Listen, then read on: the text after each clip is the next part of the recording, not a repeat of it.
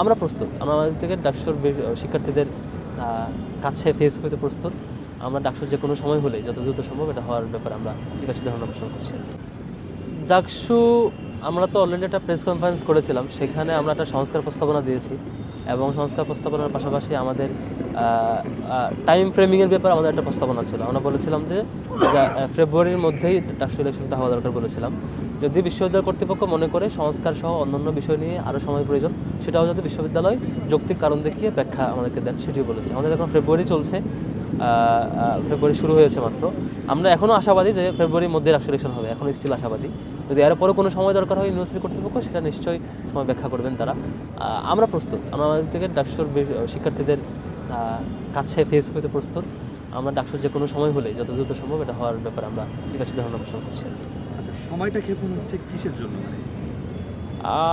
সময় ক্ষেপণ বলবো না, ডাকসু যেহেতু দীর্ঘদিন হয় না, একটা জড়তা কাজ করছে এবং বিশ্ববিদ্যালয় অথরিটি এটার সাথে অ্যাডজাস্ট হয়ে উঠতে একটু সময় লাগছে নিশ্চয়ই।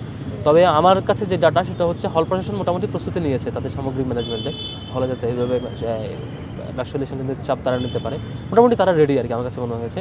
এবং ডাকসু গঠনতন্ত্র সংস্কারের ব্যাপার আছে, সেটা 1-2টা মিটিং কল করে পসিবল। আগামী 4 তারিখ থেকে মিটিং আছে বিশ্ববিদ্যালয় কর্তৃপক্ষের সাথে, আচরণবিধি নিয়ে সংক্রান্ত ব্যাপারগুলো আর কি ওনারা দাওয়াত করেছেন। 4 তারিখের পরে আশা করি খুব দ্রুত কাজ আগাবে।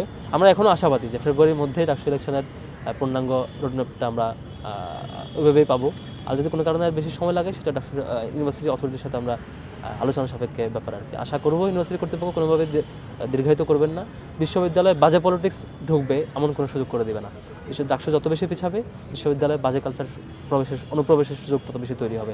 বিশ্ববিদ্যালয়ে যে কালচার এখন শুরু হয়েছে, গণরুম গেস্টরুমের বিলুপ্তি, কাউকে ফোর্স করার বিলুপ্তি, রাজনৈতিক অধিকার হেনস্থার বা অধিকার না দেওয়ার যে সংস্কৃতি ছিল সেটির যে বিলুপ্তি, এবং কোনো শিক্ষার্থী রাজনীতি করতে না চাইলে সে যে তার মতো করে থাকতে পারবে সেটির যে প্র্যাকটিস ছিল, যে চমৎকার প্র্যাকটিস শুরু হয়েছে, সেটি কোনোভাবেই নষ্ট হোক সেটা আমরা চাই না। বরং ভালো ইতিবাচক পরিবেশটা অটুট থাকুক, রাজনীতির ইতিবাচক পরিবর্তন থাকবে এবং ইতিবাচক কম্পিটিশন থাকবে, আইডিয়ার একটা এক্সচেঞ্জ থাকবে, সবাই আইডিয়া শেয়ার করবে, যার যেটা ভালো লাগবে সে গ্রহণ করবে। এই প্র্যাকটিসটা থাকবে তখন যখন ডাকসুটা নিয়মিত হবে, খুব দ্রুত হোক সেটাই চাই।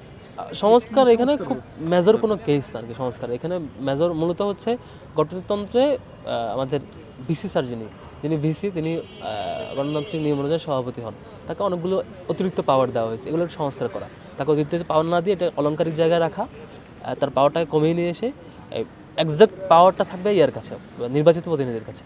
সেই ধরনের একটা সংস্কার প্রস্তাবনা দেওয়া হয়েছে। এটা সবাই কমন, মোটামুটি এই প্রস্তাবটা মোটামুটি মানে সিমিলার দাবি সবগুলো সংগঠনের। এর বাইরে 19 সালের ইলেকশনের আগে করে আওয়ামী লীগ যেটা করছে, ডাকসুতে এটাকে মুজিববাদী গণতন্ত্রে পরিণত করার চেষ্টা করছে।